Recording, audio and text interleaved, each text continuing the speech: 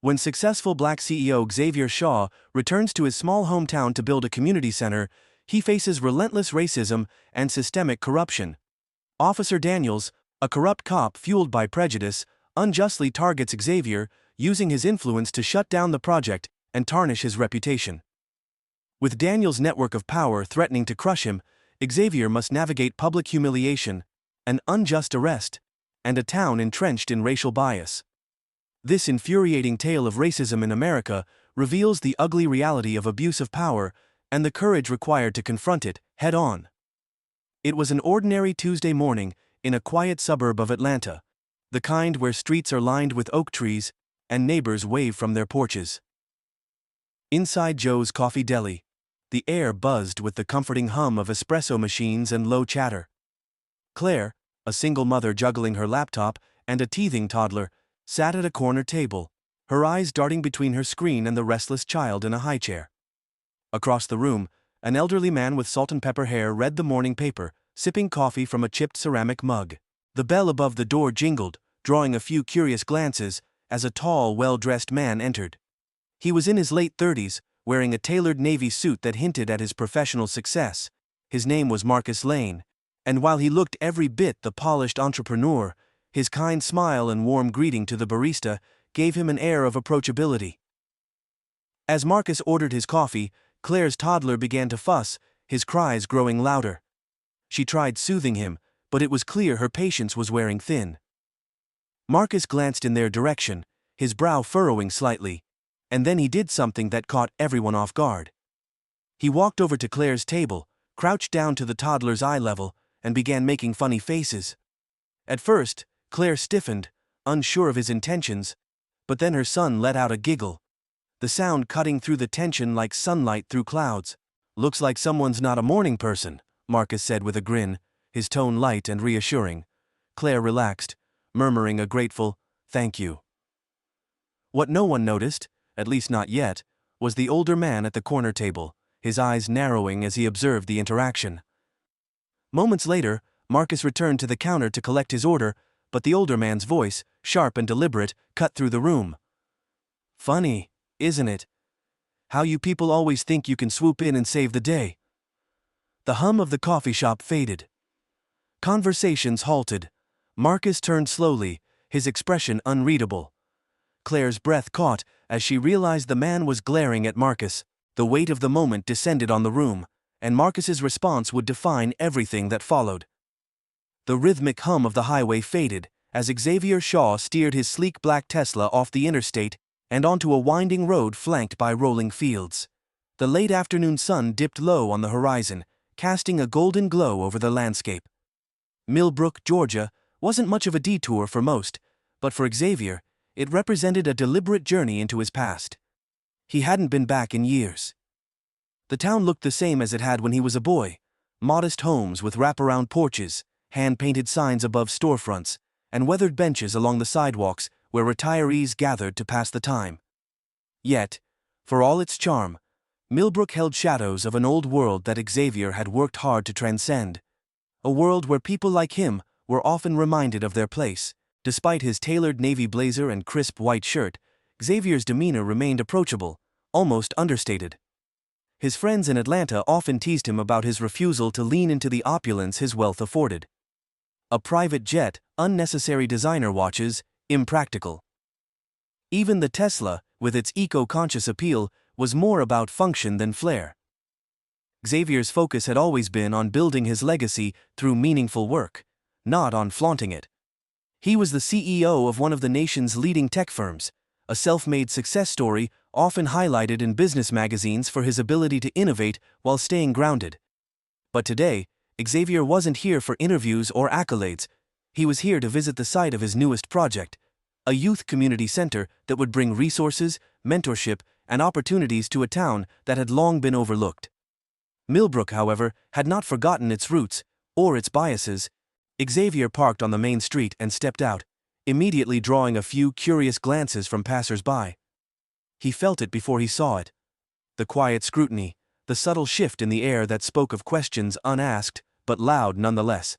His skin, a rich mahogany tone that caught the afternoon light, was enough to make him stand out here, no matter his status. Ignoring the stares, Xavier adjusted his blazer and walked toward Millie's diner, a place he remembered fondly from his childhood. It had always smelled of buttery biscuits and freshly brewed coffee, a warmth that drew people in. Back then, it had been one of the few places in town where his mother, a schoolteacher, and his father, a factory worker, had felt comfortable bringing him for a rare treat. The bell above the door jingled as he entered, and the diner's chatter momentarily dipped. Inside, the air carried the aroma of fried chicken and maple syrup, mingling with the faint scent of old wood booths lined the walls, their vinyl seats worn but clean, while a row of stools hugged the counter. A waitress in her mid-50s with a kind but tired face glanced up from pouring coffee, her eyes widening slightly before she quickly looked away. Xavier smiled politely, choosing an empty booth near the window. He pulled out his phone to review his notes for an upcoming meeting, but paused when he noticed a framed black and white photo hanging near the counter. It was of a little league team, smiling boys in striped uniforms holding wooden bats. He recognized it instantly. His father had coached that team. "Can I get you something to drink?" the waitress asked, breaking his reverie. "Coffee, please," Xavier replied, his voice warm. "And if you still have those blueberry pancakes, I'll take a stack of those too."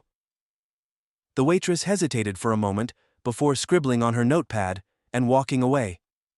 Xavier noticed her glance toward the counter, where an older man in a sheriff's uniform sat nursing a cup of coffee. The man, whose badge identified him as Daniels, turned slightly, his gaze locking onto Xavier with a mix of curiosity and quiet challenge. Xavier met his eyes briefly, offering a small nod before turning back to his phone.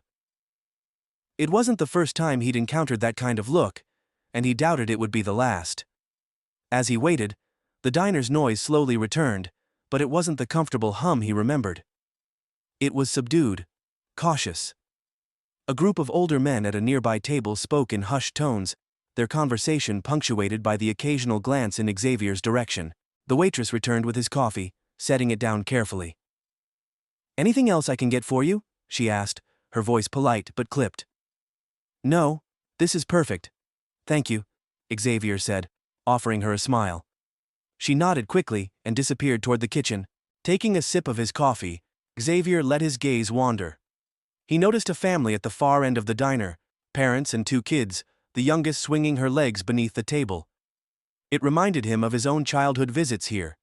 His mother would gently scold him for playing with the syrup bottle, while his father laughed and told her to let him be a kid. But those memories were tinged with an awareness he hadn't understood fully as a boy. The polite distance of the waitress back then, the way some patrons barely acknowledged their presence, it had all been part of the fabric of this town. A loud scrape of a chair brought him back to the present. Sheriff Daniels had stood up and was making his way toward Xavier's booth. The room seemed to hold its breath. "Afternoon," Daniels said, his tone neutral but firm. "Afternoon," Xavier replied evenly, setting his phone down. "You new around here?" Daniels asked, though it didn't sound like a question. "Not exactly," Xavier said with a polite smile. "I grew up here, actually just visiting for a project I'm working on." Daniels raised an eyebrow. "That right. What kind of project?" "A community center," Xavier said, his voice steady. "For the kids here it'll have educational resources, after-school programs, that sort of thing." Daniel's expression didn't change, but something flickered in his eyes. Skepticism perhaps, or something deeper. "Sounds ambitious," he said. "It is," Xavier agreed. "But I believe it's worth it." The sheriff studied him for a moment longer, before nodding slowly. "Well, hope it works out," he said, though his tone suggested otherwise. Without another word, he turned and walked back to the counter, where his coffee waited. Xavier exhaled quietly, picking up his cup again. He wasn't here to make waves, but he couldn't ignore the undercurrent of tension in the room. It was subtle, almost imperceptible, but it was there. A reminder that even success didn't always shield you from prejudice. The waitress returned with his pancakes, setting them down with a faint smile. "Enjoy," she said. And for the first time, her tone carried a hint of warmth. Xavier thanked her, picking up his fork. He knew this visit wasn't just about building a community center. It was about confronting the past, his and Millbrooke's, and finding a way to bridge the gaps that still lingered. As he ate, he could feel the eyes on him, some curious, others wary. The diner had always been a crossroads of sorts, a place where the town's unspoken rules played out in quiet glances and whispered conversations. And today, it was clear those rules hadn't changed as much as he'd hoped. The pancakes were as good as Xavier remembered, but the atmosphere was far less appetizing. The weight of eyes still lingered, subtle but undeniable, reminding him that even here, where he had roots, he was an outsider in the minds of many. As he finished his meal, the bell above the diner door jingled again. This time, 2 uniformed officers walked in, chatting casually as they approached the counter. One of them, a younger man with a clean-shaven face and sharp features, stopped mid-sentence when he noticed Xavier. He nudged his partner, an older officer with a gruff demeanor, and whispered something that made the older man glance over. Xavier felt the shift immediately. The younger officer's eyes narrowed slightly, his expression hardening. He leaned into the waitress at the counter, speaking too quietly for Xavier to hear, but the furtive glances in his direction made the subject of their conversation obvious. The older officer, whose name badge read Barker, turned to Xavier and strode over with measured steps. "You from around here?" Barker asked, his voice gruff and direct. Xavier placed his fork down deliberately and looked up. "I grew up here," he replied evenly. "Visiting for a project I'm working on." "What kind of project?" the younger officer piped up, joining Barker. His tone carried an edge, the kind that didn't try to hide its skepticism. "A community center," Xavier said, his patience intact but thinning. He gestured toward the seat across from him. "Would you like to sit and discuss it? I'd be happy to share the details." The offer seemed to throw them off for a moment, but Barker recovered quickly. "That won't be necessary," he said, crossing his arms. "Just making sure everything's in order. Haven't seen you around here in a while." "Is there a problem, officer?" Xavier asked, his tone calm but firm. Barker didn't answer immediately. His silence was punctuated by the subtle tension in his posture, as though he was searching for something, anything, to justify the scrutiny. "No problem," he said finally, though his eyes betrayed his unease. The younger officer, however, wasn't as restrained. "You driving that Tesla parked out front?" he asked, his voice dripping with insinuation. "I am," Xavier said, holding the officer's gaze. "Nice car," the younger officer said, his tone making it clear he didn't mean it as a compliment. Xavier resisted the urge to respond with the sharpness he felt rising in his chest. Instead, he leaned back slightly in his seat, his composure intact. "Thank you," he said simply. The younger officer opened his mouth to say something else, but Barker cut him off with a gruff, "Let's go." The two returned to the counter, though the younger one kept glancing back at Xavier, his expression a mix of suspicion and disdain. The waitress returned to Xavier's table with his check. "Sorry about that," she murmured, her voice low. "It's fine," Xavier said, though it wasn't. "Thank you for the pancakes. They were just as good as I remembered." The waitress offered a faint smile, but it didn't reach her eyes. As Xavier paid and stood to leave, he felt the weight of the officer's gazes on his back. Outside, the sun was beginning to dip lower, casting long shadows across the street. Xavier walked to his car, his steps measured. As he reached the driver's side door, he noticed Barker and the younger officer exiting the diner, their eyes still fixed on him. "Mr. Shaw," Barker called out, his tone laced with faux civility. Xavier turned slowly. "Yes, officer? Mind if we ask you a few more questions?" Xavier knew he could refuse. He also knew that refusing would likely escalate the situation. He nodded, keeping his expression neutral. "Of course." Barker approached with the younger officer in tow. "Where are you staying while you're in town?" "At a rental property just outside the city," Xavier said. "You got the address on you?" Barker asked. Xavier's jaw tightened slightly, but he maintained his composure. "I do, but I'd like to understand why you're asking, am I under investigation for something?" "No, just routine questions," Barker replied, his tone dismissive. Xavier nodded and reached for his phone. "I'll provide the address, but I'd also like to take down your badge numbers, just for my records." The younger officer bristled. "Why's that, you got something to hide?" "No," Xavier said evenly, But it's always good to have documentation when engaging with law enforcement. Surely you understand. Barker's lips pressed into a thin line, but he gave a curt nod. Fair enough. Xavier typed out the address and handed it over. Barker glanced at it briefly before handing it back. Thanks for your cooperation, he said, though his tone suggested he didn't mean it. Xavier inclined his head slightly. Have a good evening, officers. He got into his car, the tension in his chest not releasing until he was back on the road. As he drove toward the rental property, his mind raced. He had spent his life navigating these moments, the subtle and overt challenges that came with being a black man in positions of power. But it never got easier. Later that evening, Xavier sat at the dining table in the small but well-appointed rental house. His laptop was open, spreadsheets and architectural renderings glowing on the screen, but his focus kept slipping back to the events at the diner. A knock at the door pulled him from his thoughts. He frowned, glancing at the clock. It was nearly 9 p.m. Opening the door, he found a young woman standing there, clutching a notepad.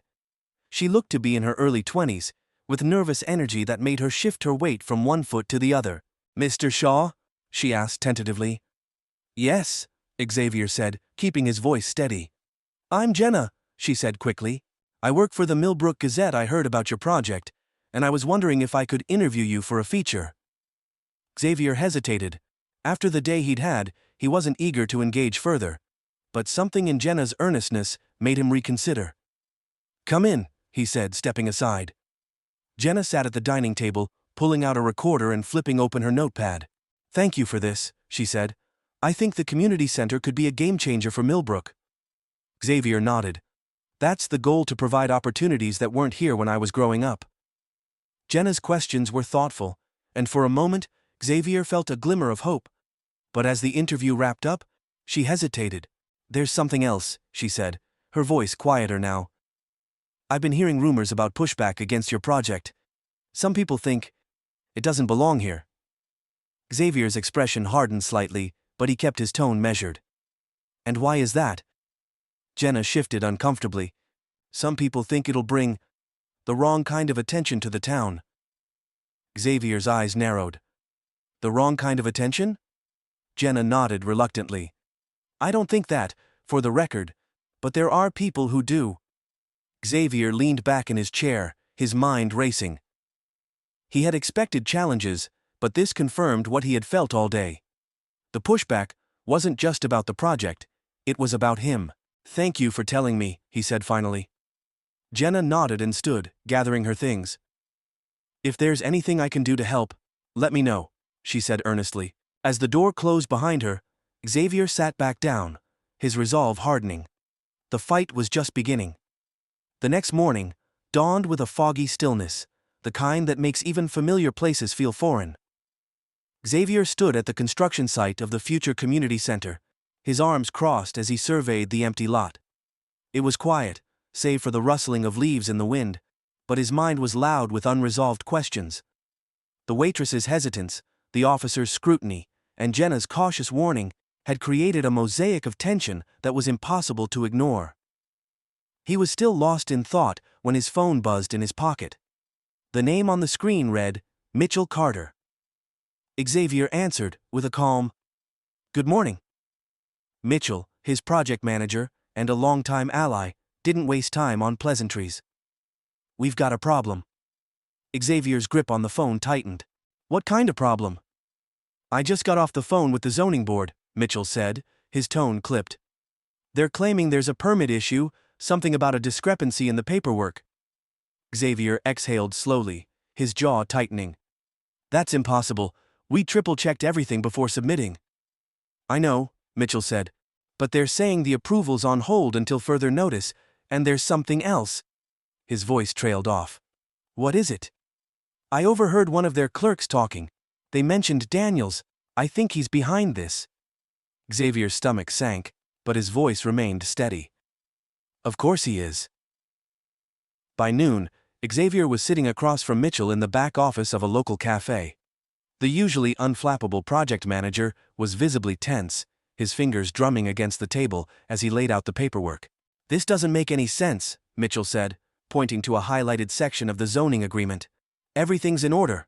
They're stonewalling us." Xavier scanned the documents, his brow furrowed. If Daniels is involved, this isn't about paperwork, it's about control. Mitchell nodded grimly. What do you want to do? Xavier leaned back, his gaze distant but determined. We fight it, I'll contact my legal team, and we'll get this resolved. Mitchell hesitated. Xavier, I don't think this is just about the permits. I've been hearing things around town. People are saying you're stirring up trouble, that this project is bringing unwanted attention. Unwanted attention, Xavier repeated, his voice sharp. Because I'm trying to build something that benefits the community? Mitchell sighed. You know how this town is. It doesn't take much for people to find an excuse to push back. Xavier's jaw clenched, but he nodded. I'm not backing down. Later that afternoon, Xavier walked into the Millbrooke town hall, his footsteps echoing in the quiet corridor. The receptionist glanced up, her smile faltering when she recognized him. Good afternoon, Xavier said, his tone polite but firm. I'm here to speak with someone from the zoning board. The receptionist hesitated. Do you have an appointment? No, but I think they'll want to hear what I have to say. She glanced nervously at the door to the zoning office before picking up the phone. Moments later, a man in his early 50s with thinning hair and a sharp suit emerged. His name badge read, Elliot Crane, zoning manager. Mr. Shaw, Crane said, his tone measured. What can I do for you? I'd like to discuss the permit issue for my community center project, Xavier said, extending a hand. Crane shook it reluctantly. I'm afraid there's nothing to discuss. There's a discrepancy in the paperwork, and until it's resolved, the project can't move forward. Xavier studied him for a moment. What kind of discrepancy? Crane cleared his throat, avoiding eye contact. It's complicated. I have time, Xavier said, his voice firm but calm. Let's go over it. Crane shifted uncomfortably. Look, Mr. Shaw, these things happen. It's just a delay. I'm sure it'll get sorted out eventually. Xavier's patience was wearing thin. Eventually isn't good enough. This project is critical for the community, and I won't let it be derailed by vague excuses. If there's a legitimate issue, I want to see it in writing. Crane hesitated, then sighed. I'll see what I can do. That evening, as Xavier was leaving the town hall, he noticed a patrol car parked across the street. Daniels was leaning against it, his expression unreadable, but undeniably smug. Mr. Shaw, Daniels called out, as Xavier approached his car.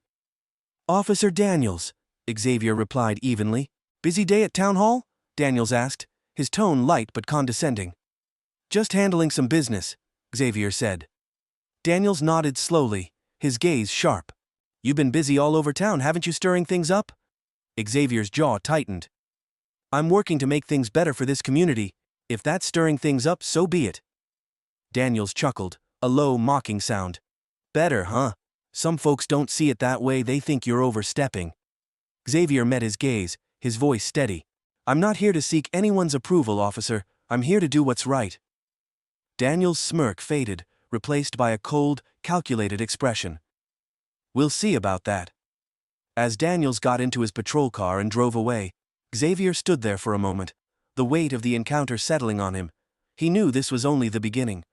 The next day, Xavier arrived at the construction site to find a small crowd gathered. Yellow tape cordoned off the area, and a notice from the zoning board was posted on the fence.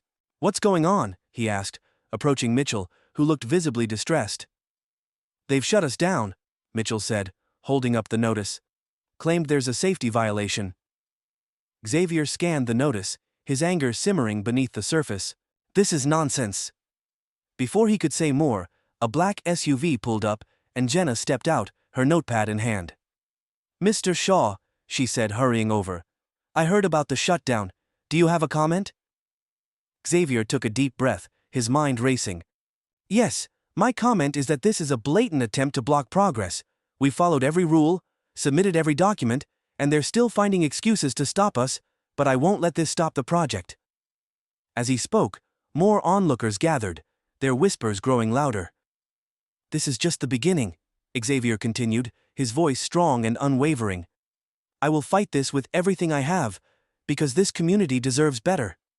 The crowd murmured in agreement, but Xavier could see Daniels watching from a distance, his expression cold and unyielding.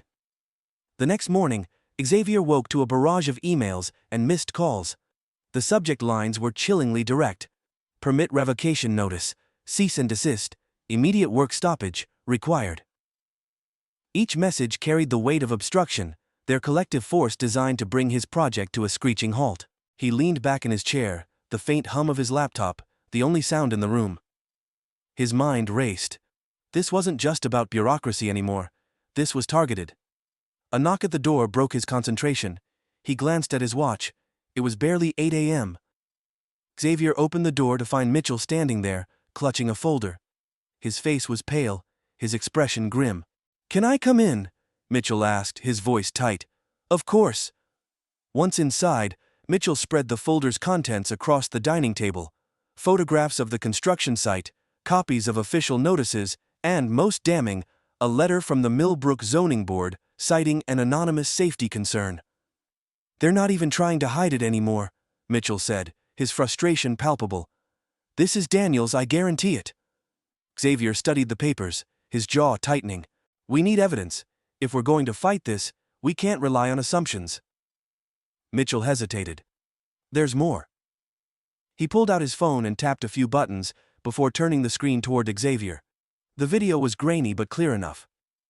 It showed a man, one of the zoning clerks Xavier had spoken to the day before, speaking with Daniels outside the diner. The audio was faint, but their body language said everything. Daniels gestured aggressively, pointing toward the camera's direction, while the clerk nodded reluctantly. Xavier's stomach sank. "Where did you get this?" "Jenna sent it to me," Mitchell said. "She's been digging into Daniels ever since you talked to her. She's found a few things." Xavier's eyes narrowed. "Like what?" Mitchell hesitated. "She thinks Daniels is tied to a local developer, someone who doesn't want your community center here because it might hurt their plans for a new shopping plaza." The pieces fell into place, each revelation sharpening Xavier's resolve. This wasn't just systemic bias. It was corruption, plain and simple. "We need to take this public," Xavier said. "But not yet, not until we have more." By midday, Xavier was back at the construction site, now eerily quiet under the weight of the zoning board's shutdown.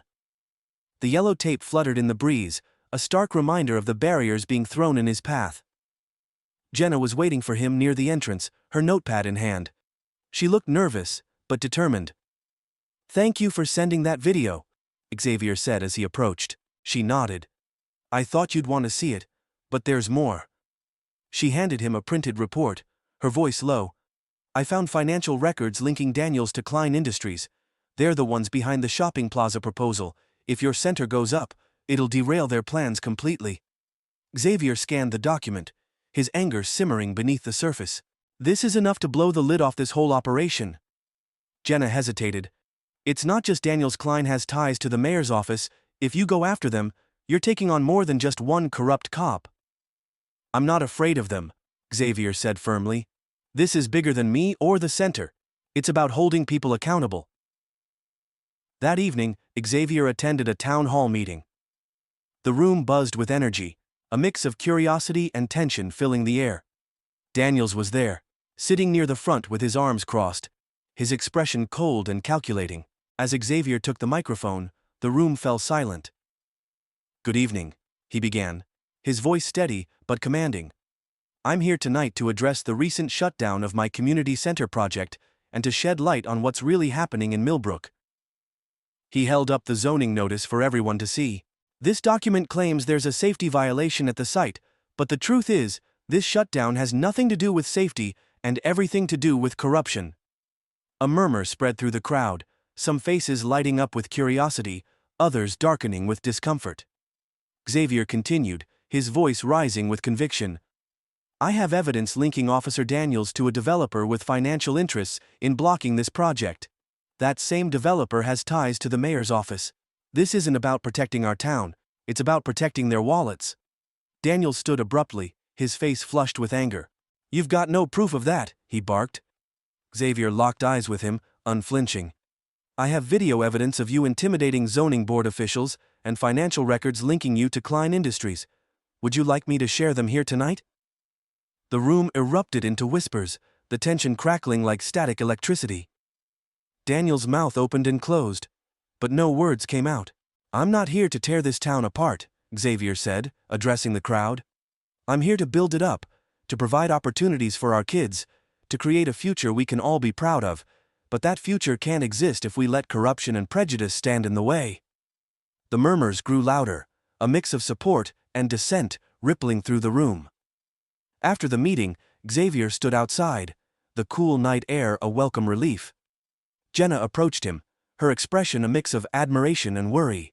"That was bold," she said, "but Daniels won't take this lying down." "I don't expect him to," Xavier replied. "But I'm done playing defense, it's time to take action." Before Jenna could respond, a commotion erupted nearby. A group of officers, led by Daniels, was approaching. "Mr. Shaw," Daniels called out, his voice dripping with false authority. "We need to have a word." Xavier's pulse quickened, but he stood his ground. "About what?" Daniels smirked, holding up a pair of handcuffs. "You're under arrest, suspicion of fraud and tampering with zoning documents." The crowd that had lingered outside the town hall gasped, their murmurs quickly turning to shouts of disbelief. "This is a setup," Jenna said, stepping forward. "Stay back," Daniels barked, his hand resting on his holster. Xavier raised his hands, his expression calm, but his voice resolute. "You're making a mistake, Daniels." "No," Daniels said, his smirk widening. "The mistake was thinking you could come back here and act like you own the place." As the handcuffs clicked around Xavier's wrists, the crowd surged closer, their outrage palpable. Mitchell pushed his way to the front, his face a mask of fury. "This isn't over," Xavier said, his voice steady as Daniels led him away. "The truth will come out." And with those words, the tension reached its breaking point, setting the stage for the inevitable showdown to come. The holding cell was cold, the dim light casting long shadows across the concrete walls. Xavier sat on the hard bench, his back straight, his mind a storm of thoughts. He wasn't unfamiliar with adversity, but this, the blatant abuse of power, had lit a fire in him that no cold cell could extinguish. The door clanged open, and Officer Daniels strode in, his boots echoing loudly. He stopped just outside the bars, his smirk as smug as ever. "Hope you're comfortable," Daniels said, his tone dripping with mockery. Xavier didn't flinch. "You've gone too far, Daniels. You know it. And I know it." Daniels chuckled, his hands resting casually on his belt. "Too far, I'm just doing my job. You're the one causing trouble where it's not wanted." Xavier stood, his imposing figure dwarfing the space around him. He stepped closer to the bars, his voice calm but cutting. "This isn't about the law. This is about you, about your fear of losing control over a town that's moving past you." Daniel's smirk faltered, his eyes narrowing. "Watch yourself, Shaw. You don't know who you're dealing with." "Oh, I know exactly who I'm dealing with," Xavier shot back. "A man desperate to hold on to power, willing to destroy lives to keep it. But here's the thing, you're not untouchable." Daniels leaned in, his face inches from the bars. "You think you can take me down? Go ahead and try. People like you don't last in a place like this." The words hung in the air, their venom unmistakable. Xavier held Daniels' gaze, his resolve unwavering. "People like me?" he repeated, his voice low.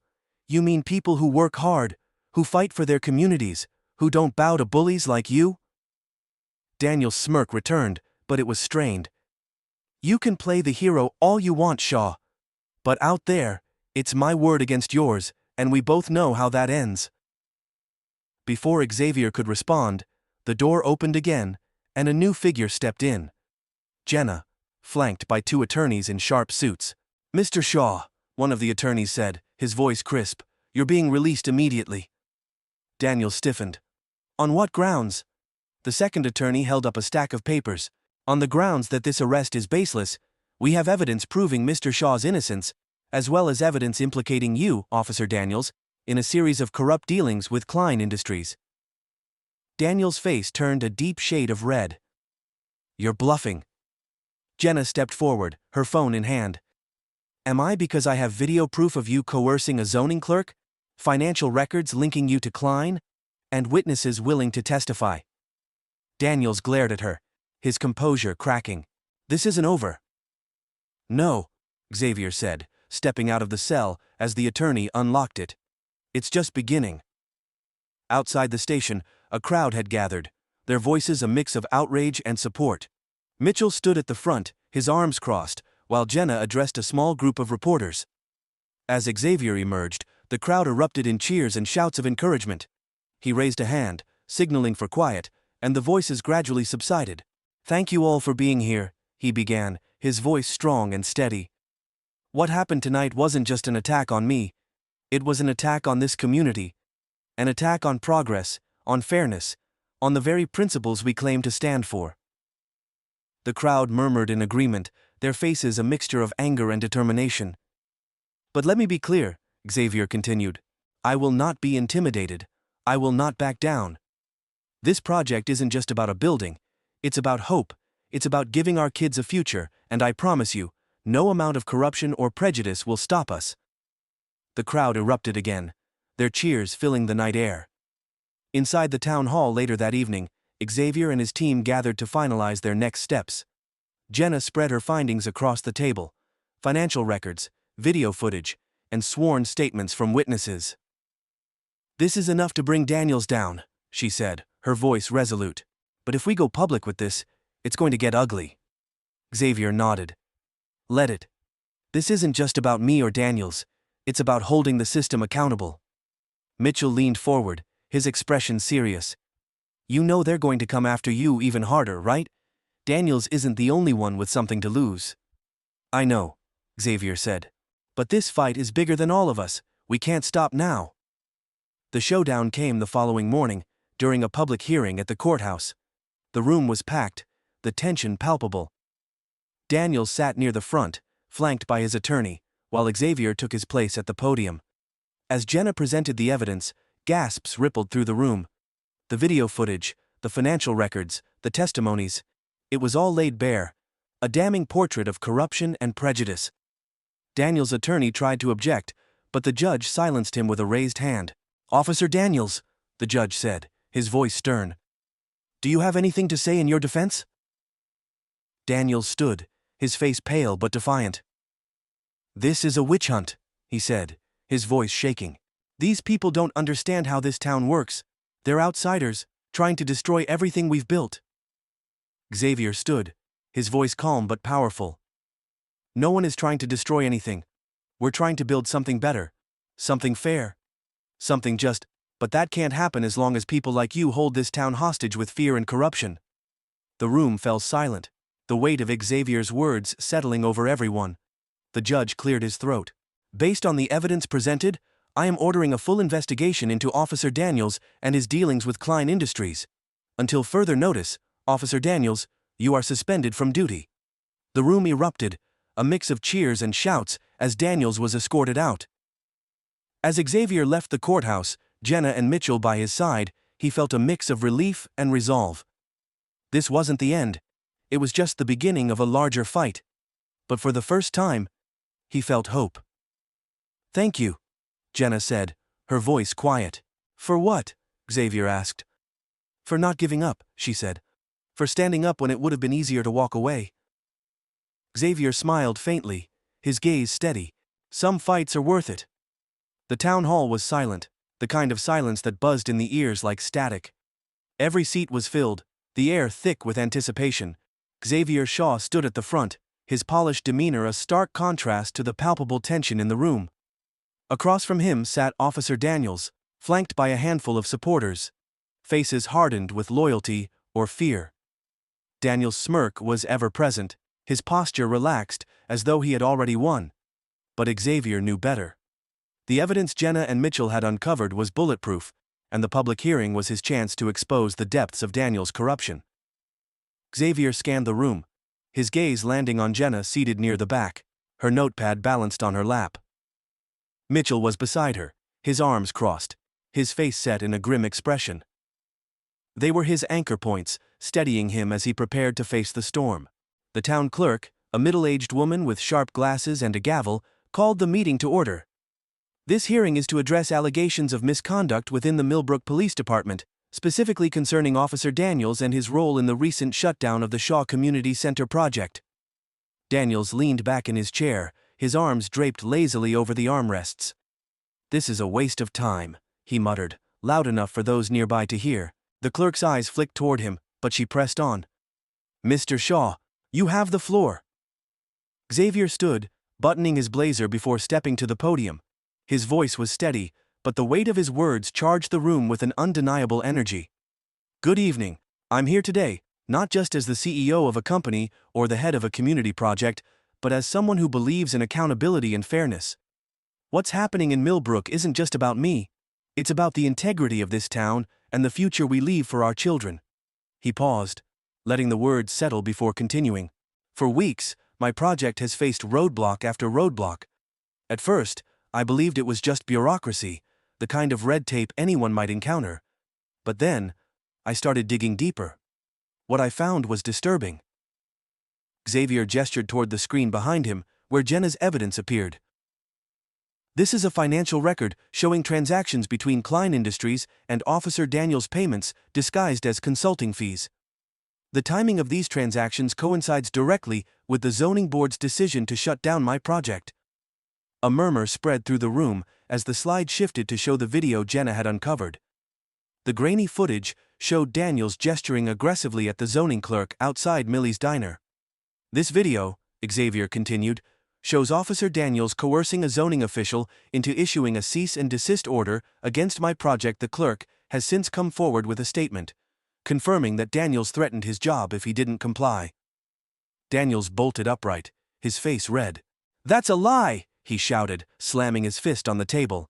The clerk banged her gavel. "Officer Daniels, you will remain silent until it is your turn to speak." Daniels sank back into his chair, his glare fixed on Xavier. Xavier met his gaze, his voice calm but cutting. "I wish I could say this is where it ends, but it's not. Daniels' actions aren't just about me or my project. They're part of a pattern of abuse, intimidation, and corruption." He gestured again, and the screen shifted to show a series of complaints filed against Daniels over the years. Excessive force, racial profiling, coercion. Each was marked as unresolved or dismissed. For too long, people like Daniels have operated without accountability, hiding behind the badge while using it as a weapon, but today, that ends. The room erupted in whispers, a mixture of shock and approval. Daniels' lawyer stood, his voice sharp. "This is all circumstantial. You have no hard proof tying my client to any of these allegations." Xavier turned to face him, his expression unflinching.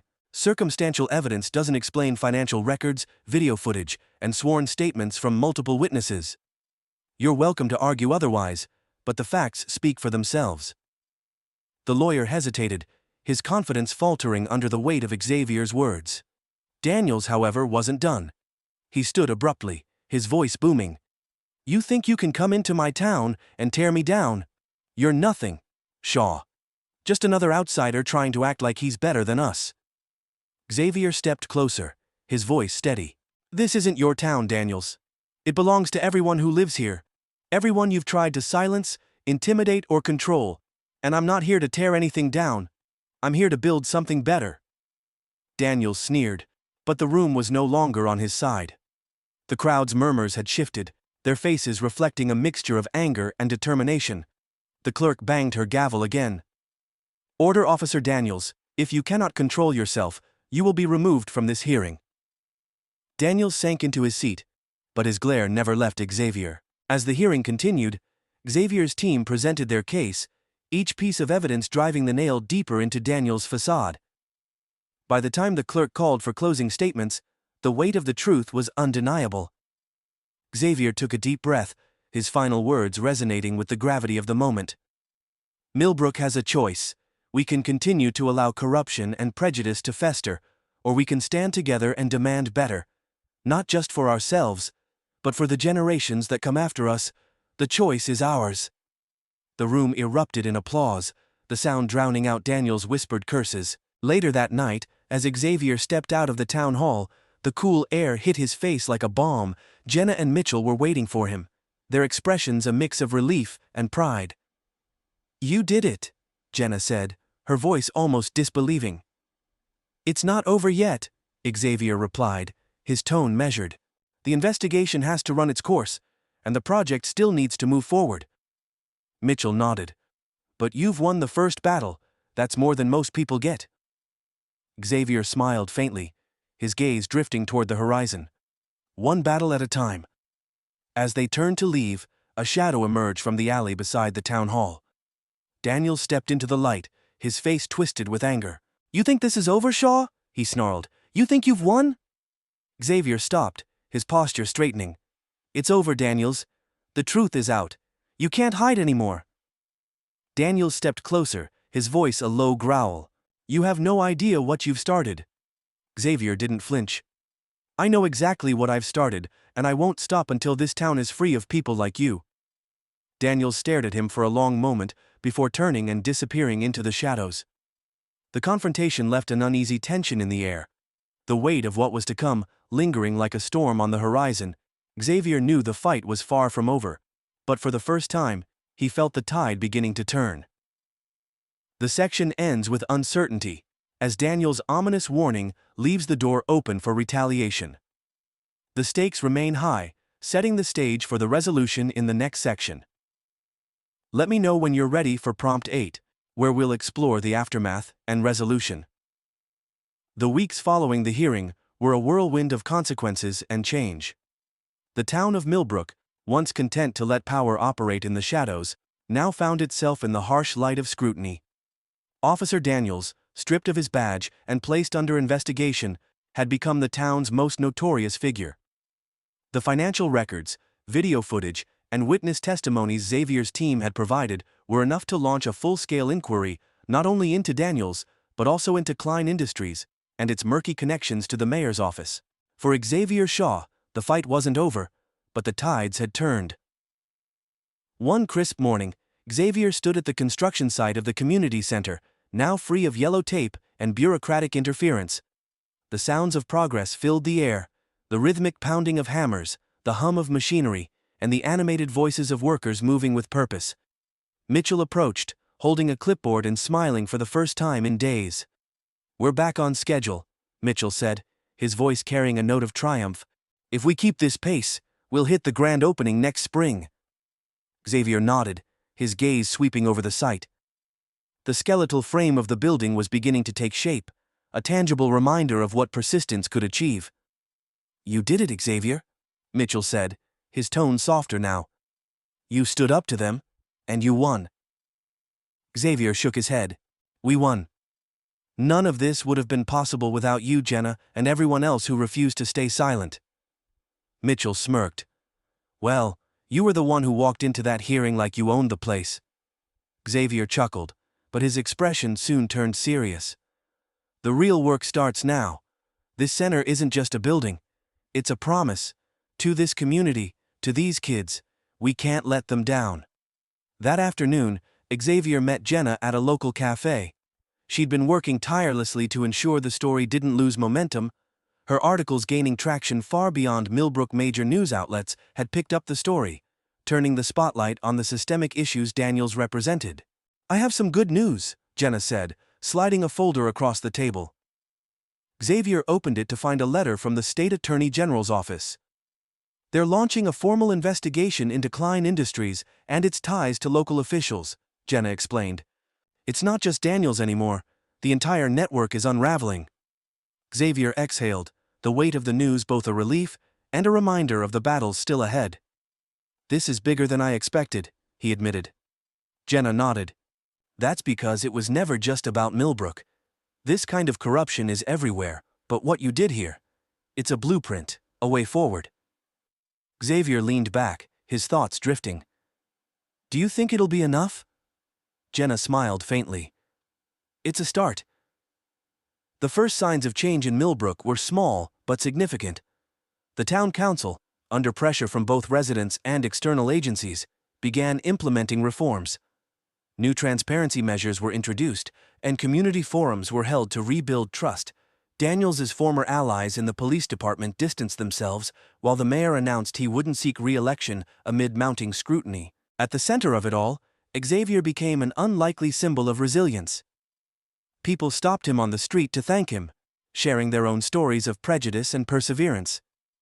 One evening, as he walked home from the site, he was approached by a teenage boy holding a basketball. "Mr. Shaw?" the boy asked hesitantly. Xavier smiled. That's me. What can I do for you? The boy shuffled his feet, then looked up. I just wanted to say, thanks for the center. My mom says it's going to change everything for kids like me. Xavier crouched slightly, meeting the boy's gaze. What's your name? Jaden. Well, Jaden, this center is for you.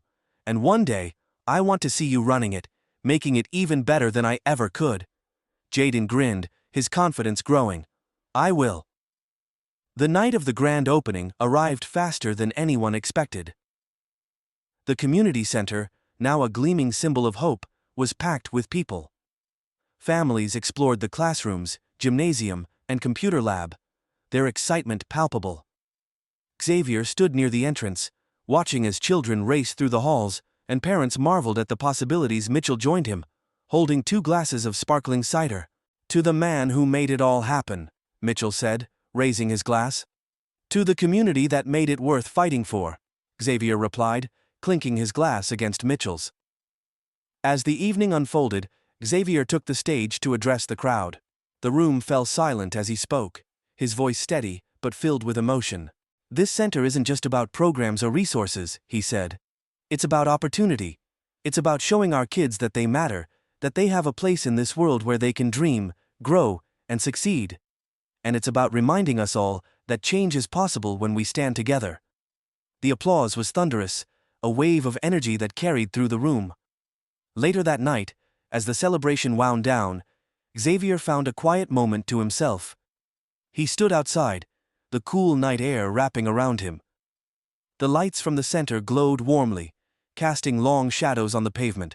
Jenna appeared beside him, her notepad tucked under her arm. Do you ever stop working? Xavier teased. She laughed softly. Not when there's a story to tell. They stood in comfortable silence for a moment before Jenna spoke again. What's next for you? Xavier considered the question, his gaze fixed on the horizon.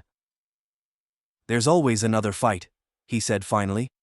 But for now, I'm going to make sure this place thrives, one step at a time.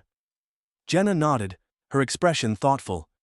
You've done something incredible here, Xavier. Don't forget that. He smiled faintly. I won't. But there's still so much more to do. Unresolved threads and future possibilities. As Xavier walked back inside, he couldn't help but feel a mix of triumph and anticipation. The fight in Millbrooke had been a victory, but it was just one battle in a larger war. The systemic issues Daniels embodied weren't confined to this town, and Xavier knew his journey was far from over. But for tonight, under the glow of the center's lights and the laughter of its visitors, he allowed himself to feel something rare. Hope. The evening after the grand opening, Xavier Shaw sat alone in the quiet of his home, staring out the window as the moonlight spilled across the small garden outside. The faint hum of laughter and celebration from the community center still echoed in his mind, a reminder of how far they had come. The fight had been long and grueling, but tonight, for the first time in weeks, he allowed himself to breathe. This journey had changed him. When he first returned to Millbrooke, he had expected obstacles, bureaucratic delays, perhaps skepticism about his intentions. What he hadn't anticipated was the depth of resistance, the lengths to which some would go to maintain the status quo. Yet, through every challenge, every roadblock, Xavier had learned the power of persistence, of community, and of refusing to be silenced. For Xavier, the battle against Officer Daniels and Klein Industries had been personal, but it had also been symbolic. Daniels wasn't just a man abusing his power. He was a reflection of a system that had allowed such abuses to go unchecked for generations. That system, with its layers of prejudice and corruption, was what Xavier had truly been fighting. Growth through adversity. Looking back, Xavier realized how much he had grown. As a successful CEO, he was no stranger to pressure or difficult decisions, but this experience had pushed him beyond the corporate boardrooms and into a raw, unfiltered fight for justice. He had faced humiliation, unjust arrest, and threats to his safety. But each moment of adversity had only solidified his resolve. Xavier had also learned to lean on others in ways he hadn't before. Mitchell's steadfast support, Jenna's fearless journalism, and the voices of everyday community members had reminded him that change wasn't something achieved alone. It was collective, born from the courage of many. More than anything, Xavier had learned to trust in his own resilience. The moments of doubt, of wondering if he was in over his head, had been countless. But each time, he had found a way forward. Not just for himself, but for the people counting on him. For Jaden. For the families who needed the center. For a town that deserved better. Broader implications. The events in Millbrooke were a microcosm of a larger systemic problem. Daniels wasn't unique. His corruption, fueled by prejudice and greed, was a symptom of institutions that had long prioritized power over justice. Xavier knew that exposing one officer or one corporation wouldn't dismantle the system overnight, but it was a start, a crack in the foundation of something much larger. The story had spread far beyond Millbrooke, sparking conversations in neighboring towns and cities. News outlets highlighted the investigation into Klein Industries, the police department, and even the mayor's office. Activists reached out to Xavier, seeking advice on how to tackle similar challenges in their own communities. Perhaps the most profound shift, however, was within Millbrooke itself. The town's residents, long resigned to the status quo, were beginning to see the possibility of change. The town hall meetings became places of genuine dialogue, and new voices emerged, demanding accountability and reform. The ripple effect of Xavier's fight was undeniable. It was a reminder that one person's actions, when supported by a community, could create waves of transformation. A call to action. As Xavier reflected on the journey, he thought about the lessons he hoped others would take from it. The fight against injustice, he realized, wasn't just about standing up in big moments. It was about the smaller, quieter decisions made every day. It was about choosing to speak up when it was easier to stay silent, to challenge unfairness even when it didn't directly affect you, and to believe that change, no matter how slow, was always worth pursuing. Xavier's message to others was simple. Progress starts with people. It starts with refusing to accept what's wrong and daring to imagine what could be right. It starts with action, no matter how small, and the courage to keep going, even when the odds seem insurmountable. Emotional impact. The sun was beginning to rise as Xavier prepared to leave for the community center the next morning. Standing at the threshold of his home, he paused, taking in the soft hues of dawn. This town had once felt like a place he needed to escape from. But now, it was something entirely different. A place where change was possible, where hope had taken root. As he stepped outside, a familiar voice called out. It was Jaden, the boy from the grand opening, dribbling a basketball down the sidewalk. "Morning, Mr. Shaw," Jaden said, his smile as bright as the morning light. "Morning, Jaden," Xavier replied, his voice warm. "You ready for practice at the center?" Jaden nodded eagerly. "Yeah, my friends are coming too. We're going to be the first team to play in the new gym." Xavier laughed. "That's what I like to hear. Keep that energy, kid." As Jaden jogged ahead, Xavier felt a swell of pride. This was what it had all been for, not the headlines, not the vindication, but the simple, undeniable joy of giving people a chance to dream and thrive. A future unfolding. Xavier's journey in Millbrooke wasn't over. The community center would be his legacy, but it was also just the beginning. He had plans to expand its programs, to ensure it became a model for similar projects in other towns. And he knew there would be more battles ahead, new challenges, new forces resistant to change, but he was ready. As he walked toward the community center, the building now buzzing with life, Xavier felt a quiet sense of fulfillment. The fight for justice was far from over, but today, in this moment, he could see the path forward. And that was enough.